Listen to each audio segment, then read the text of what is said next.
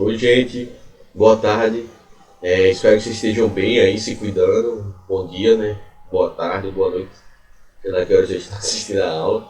Espero que estejam conseguindo acompanhar as aulas, né? A gente passou um tempinho aí sem ter os vídeos propriamente dito de biologia, por uma série de fatores, né? Por atividade de revisão que foi demandado, por provas de segunda chamada, feriados, cambal, a gente acabou e caía tudo na segunda-feira, que era nossa aulinha de biologia, mas não precisa se preocupar que o assunto ele está em dia, né? Na última aula, nas últimas aulas, na realidade, né, a gente começou a falar sobre, não, começamos e terminamos, né, de falar sobre evolução biológica.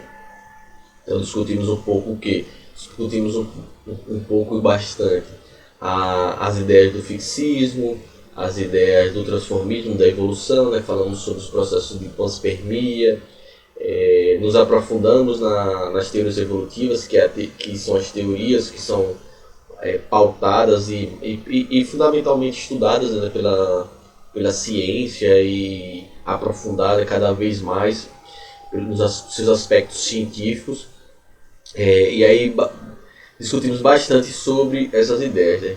E aí fomos lá falar um pouquinho sobre principalmente as ideias, as principais primeiras ideias sobre a evolução, que datam basicamente lá do início do século XIX, lá mais ou menos 1808, 1805, por volta dessa data, que é quando o Lamarck ele publica o seu livro lá, sua Filosofia Zoológica, e que ele vai ser o primeiro, né, cientista, por assim dizer, que veio fazer a defesa das teorias evolutivas, né, da ideia de transformação. Foi o primeiro cientista, primeiro naturalista, né, a utilizar o termo evolução, a defender a transformação dos seres vivos ao longo do tempo, que os seres vivos não eram fixos, que eles vinham se modificando. Então ele veio lá explicar esses processos, principalmente a partir de duas ideias, dois princípios, duas teorias centrais, né? Que era a ideia do uso e desuso, né? Aquela ideia de quanto mais o organismo utiliza uma parte do corpo, mais aquela parte se desenvolve, e o inverso também, né? Quanto menos ele se utiliza para se adaptar. Não pode esquecer do termo de adaptação, que é um conceito fundamental que o Lamarck desenvolveu.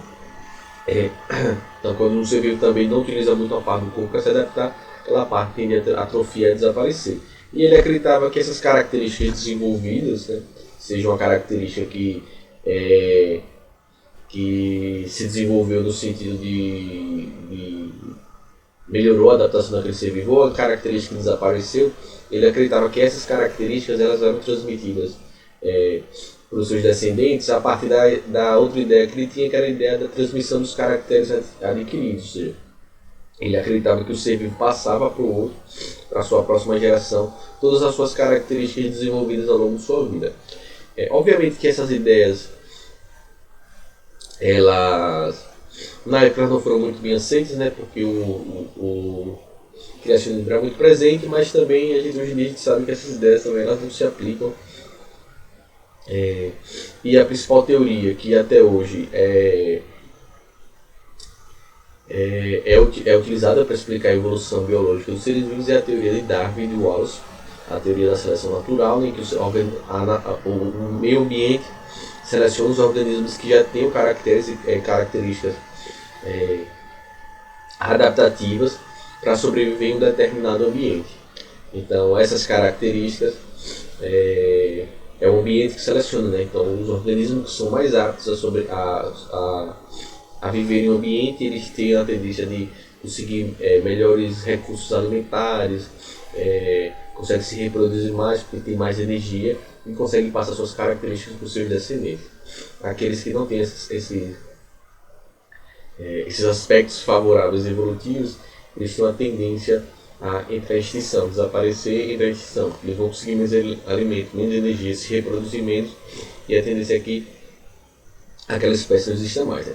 E a gente viu também que o Darwin ele não conseguia explicar, ele entendia a evolução como um fator fundamental para a diversidade biológica, a diversidade de seres vivos, mas ele não sabia explicar o que levava a esses fatores.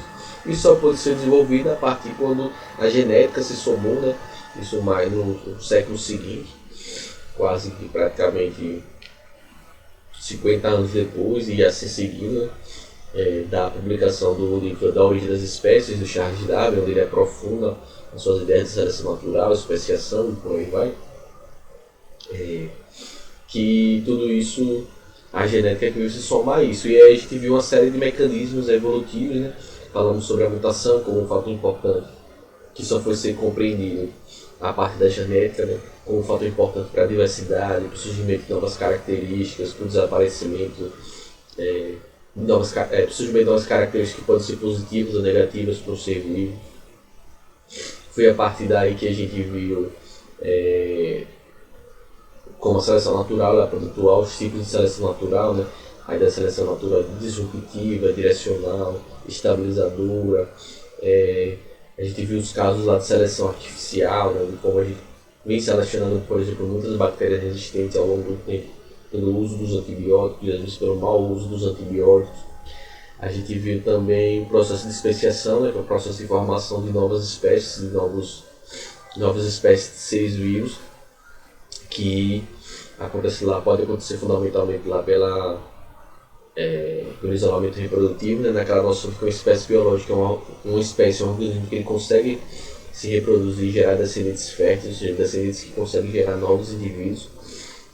Isso é um conceito de uma espécie biológica, e a partir desse conceito é que a gente trabalhou a ideia de especiação por isolamento reprodutivo, ou seja, quando membros de uma antiga população não conseguem mais se reproduzir, estão isolados e não conseguem mais se reproduzir, ou se reproduzem, não geram descendentes férteis, ou seja, descendentes que podem gerar novos descendentes, aí a gente está falando sobre um caso de especiação, ou seja, provavelmente esses indivíduos são de espécies diferentes. Existe uma série de explicações diferentes para a espécie biológica, né? Na genética, na ecologia e por aí vai. Mas uma coisa que é fundamental é justamente isso, né? Então a gente observou que essas novas ideias do que a gente chama da teoria moderna da evolução, ou seja, essa aplicação da genética, das noções de mutação, recombinações gênicas, para explicar o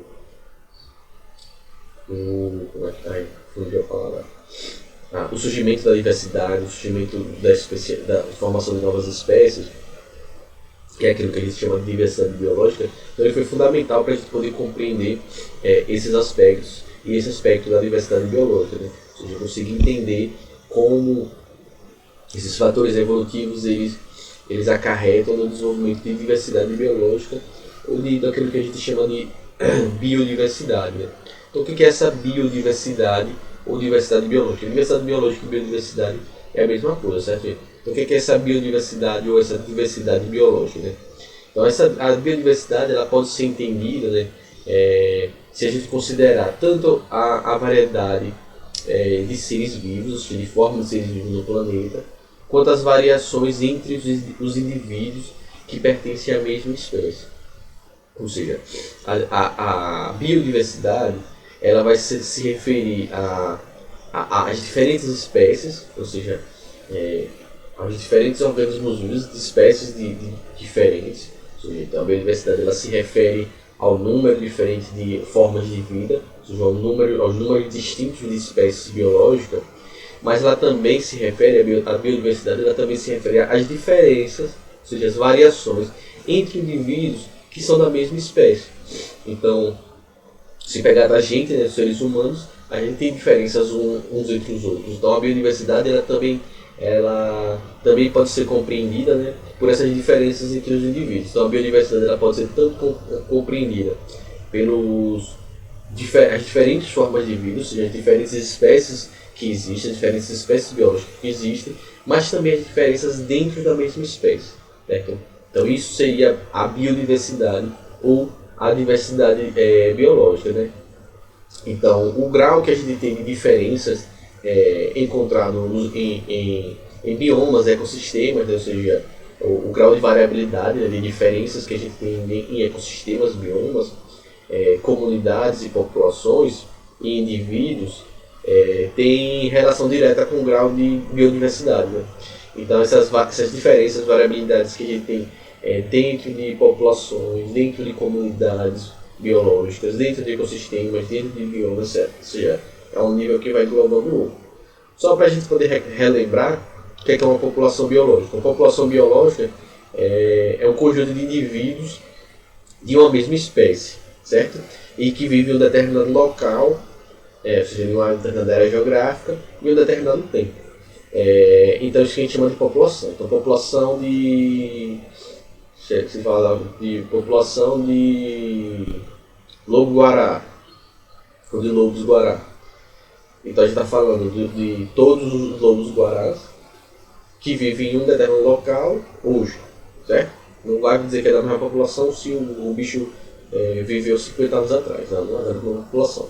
Tem que ser organismos da mesma espécie que vivem no mesmo local no mesmo tempo, certo? Então a gente vai a população de seres humanos da espécie humana de Aracaju, que somos todos da mesma espécie, Homo sapiens, a gente vive na mesma localidade e no mesmo tempo, certo? Uma pessoa que morreu aos 50 anos não é considerada no mesmo nível populacional que a gente que está aqui agora. Então a população são os indivíduos de uma mesma espécie que vivem no mesmo local, no mesmo tempo histórico. E uma comunidade biológica vai ser o grupo de diferentes populações que vivem no mesmo local no mesmo tempo. Então quando você pega populações, sei lá, de bem-te-vis, populações de mangueiras, a planta aqui da manga, populações de seres humanos, aí se trata de uma comunidade. Tem várias espécies diferentes que vivem na mesma área no mesmo tempo. Então a população é um conjunto de indivíduos da mesma espécie e a comunidade são conjuntos de populações que vivem no mesmo local no mesmo tempo histórico.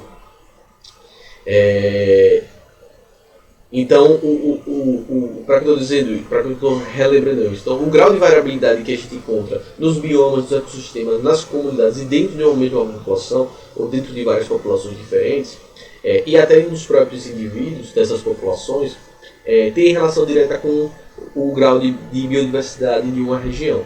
Então, todos esses fatores eles são analisados para a gente poder compreender o grau de biodiversidade de um determinado local, né? Então, por exemplo, quando Darwin fez as suas viagens lá com o Beagle, né, passou 5 anos fazendo as viagens, veio no Brasil, América do Sul, passou 5 anos de exploração, lá em meados do século XIX, tanto assim as viagens do Darwin como os estudos do Wallace, do Alfred Wallace, lá na região da Oceania, eles puderam observar que existe uma grande diferença entre biomas de regiões distintas, ou seja, biomas de locais diferentes. Biomas são conjuntos de ecossistemas, certo? Eles puderam observar nos seus estudos, suas viagens, que existe uma grande diferença entre biomas de regiões distintas, e mesmo dentro do mesmo bioma, eles também encontravam, eles podiam observar o que existiam ecossistemas também que eram bastante diferentes em suas características físicas, né? E na sua composição de seres vivos. Então, por exemplo, aqui no Brasil, a gente tem aqui no Brasil os biomas, tem o bioma amazônico, o cerrado, a caatinga, o pantanal que estão tocando fogo, né? A Amazônia também está tocando fogo, a Mata Atlântica, eu falei a caatinga já, né? E os pampas gaúchos. Se você pega, por exemplo, um ecossistema com a Mata Atlântica, um bioma como a Mata Atlântica, se você for observar os ecossistemas dentro da Mata Atlântica, que é um bioma? Um bioma é um conjunto de ecossistemas que têm características parecidas de uma mesma região, mas que não são características parecidas, não são necessariamente iguais. Se você pegar os ecossistemas dentro do ecossistema, dentro do bioma de Mata Atlântica, você vai encontrar, mesmo dentro de um mesmo bioma, você vai encontrar ecossistemas que são bastante diferentes na composição de seres vivos e na composição dos seus fatores físicos, né?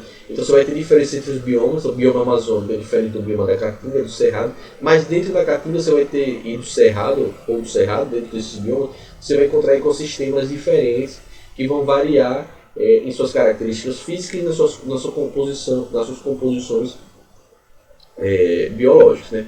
Então, tudo isso para o Darwin, para o Wallace, foi fundamental nessa compreensão do estudo e o entendimento da biodiversidade foi fundamental para eles lá no estudo e no desenvolvimento das teorias da seleção natural. Então, alguns padrões gerais podem ser, apesar dessas diferenças, alguns padrões gerais eles podem ser constatados, eles podem ser identificados. Então, por exemplo, nas regiões tropicais do planeta, entre os trópicos, Capricórnio e Câncer, a gente encontra uma maior biodiversidade quando a gente compara com outras regiões do mundo. As regiões que não são tropicais, geralmente elas têm menos biodiversidade do que as regiões tropicais. Porque as regiões tropicais geralmente têm uma maior estabilidade climática, de variação de clima, né? Então são ambientes mais estáveis do que essas outras regiões. A biodiversidade ela pode ser analisada e identificada por alguns níveis diferentes, né? Basicamente a gente pode separar a biodiversidade em 3 tipos de diversidade. O primeiro aspecto que a gente pode separar a biodiversidade é falar sobre a diversidade genética. Então, como a gente já estudou lá, tanto em evolução como em genética, nas aulas anteriores, os indivíduos eles são geneticamente diferentes entre si, né? Graças às mutações e à reprodução sexual, ou seja, o processo de recombinação gênica. E as mutações elas levam ao aumento da variabilidade genética entre os indivíduos de uma mesma espécie. A gente tem diferenças entre os indivíduos de uma mesma espécie.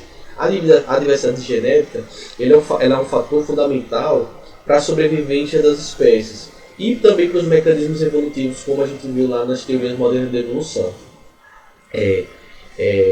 Essa diversidade genética entre os indivíduos da mesma espécie, essa variabilidade genética, ela está diretamente relacionada ao potencial adaptativo, né, e às maiores chances de sobrevivência de uma determinada espécie. Ou seja, quanto maior diferença tem, maior chance daquela espécie sobreviver. Alterações do ambiente, se você tem indivíduos diferentes, você tem maior chance que algum desses indivíduos possam sobreviver a essas alterações ambientais, por exemplo. Se você tem uma baixa variedade genética, não, a chance de que todos eles sejam mal sucedidos é maior no seu processo de adaptação, né?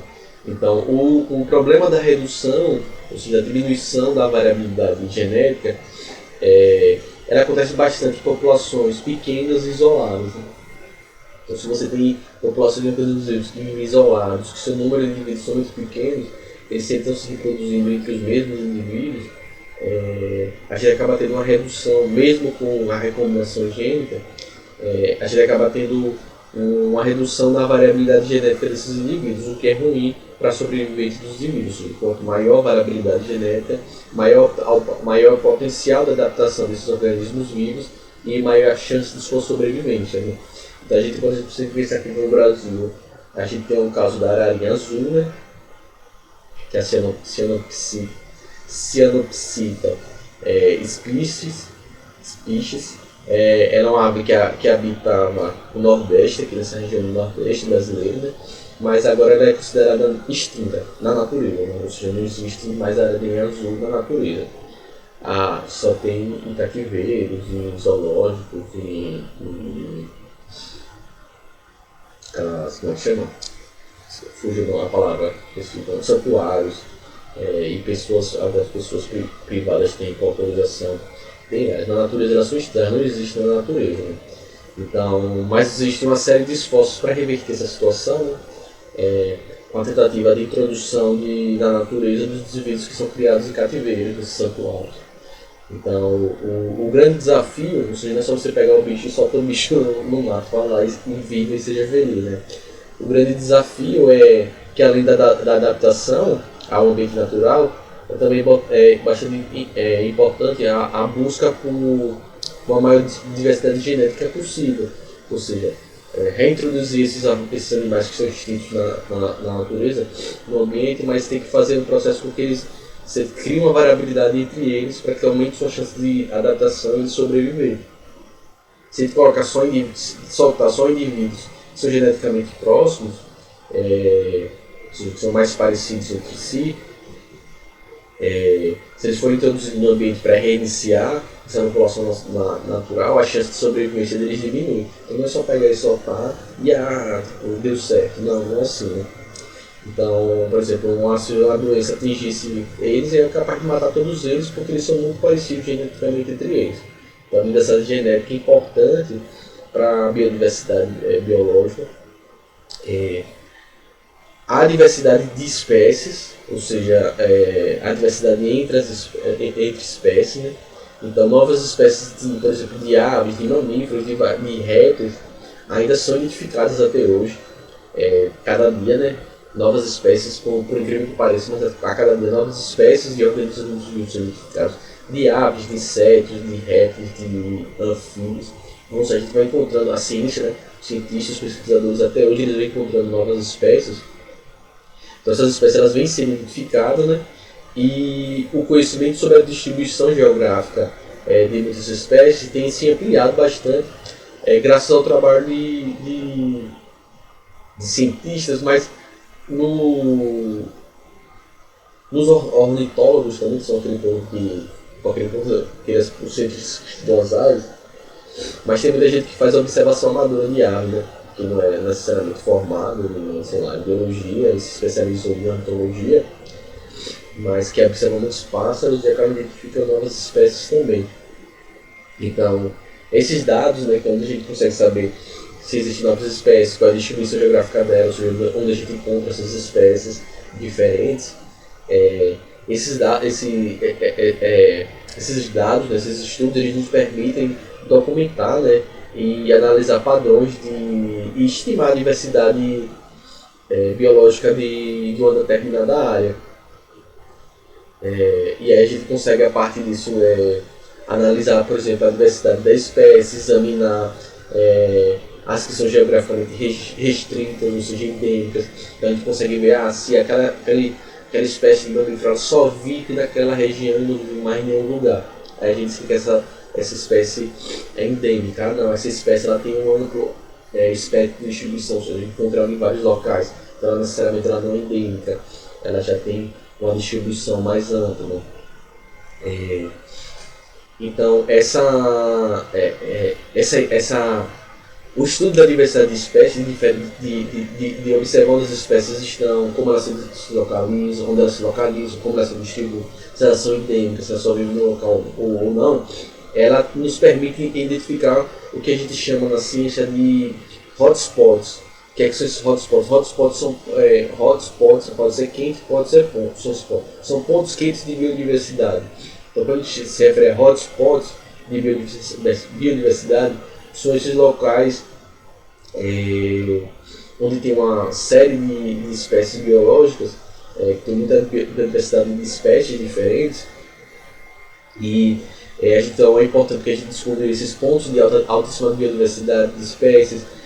A gente consegue compreender se existem espécies que têm risco de extinção, a gente consegue orientar prioridade de estabelecimento de área de conservação. Essa área aqui tem uma maior distribuição de espécies diferentes, essa outra área aqui tem uma menor quantidade de espécies biológicas, então é melhor a gente, por exemplo, conservar esse local onde tem uma maior diversidade de espécies do que esse local onde tem menos, se tiver que escolher dos locais, né? Então esses estudos da diversidade de espécies nos orientam em vários sentidos: compreender locais de altíssima diversidade, compreender locais que possam ter animais com risco de extinção, espécies com risco de extinção, orientar políticas de conservação ambiental, né?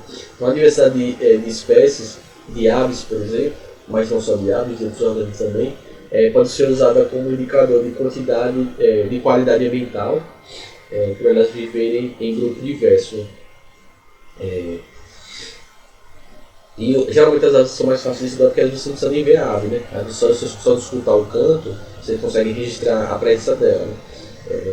É por isso que às vezes o pessoal usa muito aves para fazer estudos ambientais. Você escuta ela cantando, você sabe que ela está ali, mesmo que você não tenha visto ela. Outro fator importante é a diversidade de comunidades e ecossistemas, né? A gente falou da diversidade genética, da diversidade de espécies, e outro fator importante é a diversidade de comunidades e ecossistemas, né? Então, vários fatores como as aves, insetos que atuam, por exemplo, eles acabam integrando comunidades diferentes, interagindo com outros seres vivos, né? em relação em relações independentes, né? Então, por exemplo, o processo de polinização, né? Algumas aves que, beija-flor, por exemplo, que atua como polinizador e dispersor de sementes. E aí esses organismos eles desempenham um papel de manutenção da biodiversidade em uma comunidade de plantas, né? Então, à medida que eles vão polinizando, eles vão reproduzindo as plantas e vão também levando muitos desses animais vão levando dispersando as sementes desses organismos. Então, eles são fundamentais para a manutenção da comunidade dessas plantas, né? Por exemplo. Também o organismo ele pode atuar também no controle da população. Então, por exemplo, quando um animal tem uma relação de presa-predador, então o predador se alimenta da presa e ele vai controlando a população do outro, ou seja, o predador ele come a presa, controla o tamanho da população da presa, mas se diminui muito a população da presa, a população do predador diminui porque ele não vai ter alimento. Então um controla o outro. Então a diversidade de comunidades ela leva em conta não só as espécies, né, de aves, de plantas, né, mas todos os seres vivos envolvidos. Então quando a gente analisa a diversidade de comunidade e ecossistema, a gente está analisando essas inter-relações entre os seres vivos que contribuem para a diversificação para o aumento ou diminuição da biodiversidade. Então as comunidades elas estão inseridas e adaptadas ao meio físico, né, que são os ecossistemas. Os ecossistemas são os locais onde os seres vivos interagem com os fatores entre si, né, ser vivo com os fatores não vivos, seriam a água, o clima e por aí vai. Então, a gente tem comunidades que vivem adaptadas a série de climas, tipos de plantas, de animais, né, que vivem dependendo das características do ambiente. Né? Então, diferentes ecossistemas têm diferentes comunidades biológicas, obviamente, que vão ter os organismos que estão adaptados ou não a viver neles, e, consequentemente, cada ecossistema vai ter uma biodiversidade específica. Né? Então, conhecer os padrões de diversidade de comunidades dentro dos ecossistemas e suas relações nada mais é do que significa conhecer a biodiversidade de um determinado local. Para conhecer de verdade e avaliar a biodiversidade de um determinado local, os cientistas consideram dois fatores principalmente, não só eles, mas principalmente dois fatores que se interrelacionam. Um fator é a riqueza, ou seja, a riqueza, quando a gente fala da riqueza, a gente está falando sobre o número de espécies encontradas em uma determinada região. Então, se você tem 10 espécies em uma região, é a riqueza dessa região. Então, quando você fala de um local que tem maior riqueza que o outro, significa dizer que um tem mais espécies que o outro. Então, o termo riqueza se refere ao número de espécies encontradas em uma região. E o outro termo, outro caráter que é muito utilizado também, é a abundância. Né? O que é a abundância? A abundância é o tamanho da população de uma espécie em uma determinada região. Então, a população, a abundância é o número de indivíduos de uma população e a riqueza de uma região, e a riqueza se refere ao número total de espécies que a gente tem em uma região. Então, se a gente pegar, por exemplo, esses dois exemplos aqui, então a gente vamos supor esses dois exemplos de dois ambientes aqui, então o ambiente 1 e o ambiente 1. O ambiente 1 e o ambiente 2. Então, se a gente considerar uma amostra de, vamos dizer que pelo menos ele tem 4, em cada um desses tem 4, a riqueza dele é 4, ou seja, tem 4 espécies. Tem essa arvorezinha que parece do Natal, essa verdezinha clara, essa bolotinha, tem a outra arvorezinha normal que a gente desenha, tem essa que tem os pelos assim, né? Tem 4 espécies. A gente encontra essas 4 espécies nessas duas áreas, na área 1 e na área 2. Se cada região, se na área 1 a gente tiver esses 20 indivíduos distribuídos em 4 espécies, com 5 indivíduos em cada um. Talvez seja isso, né? 1, 2, 3, 4, 5, 1, 2, 3, 4, 5, 1, 2, 3, isso mesmo. Então tem 5 de cada.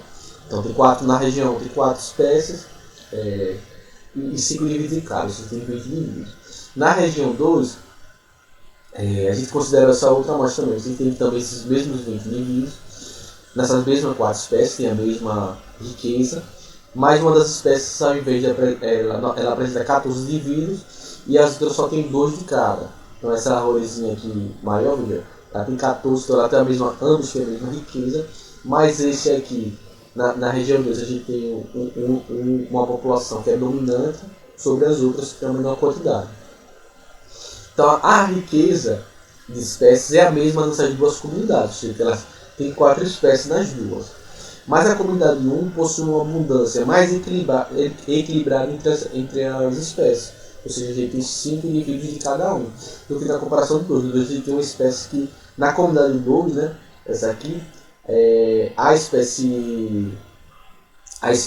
espécie de árvorezinha que somente tem maior quantidade, possui uma abundância muito maior. Então ela é considerada uma espécie dominante. Esse termo da dominância ele se refere apenas à maior quantidade de indivíduos e não possui relação com qualquer outra característica. Né? Nem significa que ela é melhor do que a outra, ou seja, é mais abundante, ela é melhor. Se a gente, por exemplo, quando a gente for considerar, por exemplo, a riqueza e a abundância de espécies, se a gente fosse, por exemplo, escolher um local para a gente conservar, a região 1 possui maior biodiversidade do que a região 2. Tá? Pelo menos elas têm o mesmo número de espécies. Mas você leva em consideração os dois fatores, a riqueza, que é o número de espécies, e a abundância. Os locais onde você tem uma abundância muito mais equilibrada são locais que têm maior biodiversidade. Ou seja, você não tem uma dominância ou sobreposição de espécies.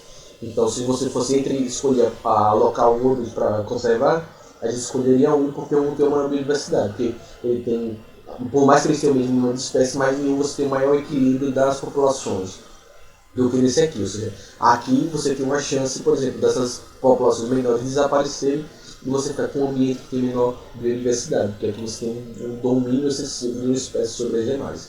Então tá aí um pouco de diversidade, um pouco não, né? A diversidade biológica. Se vocês tiverem alguma dúvida, se entrar em contato comigo. Na próxima aula a gente discute um pouco sobre como os aspectos evolutivos e ambientais eles podem implicar na biodiversidade. Tchau!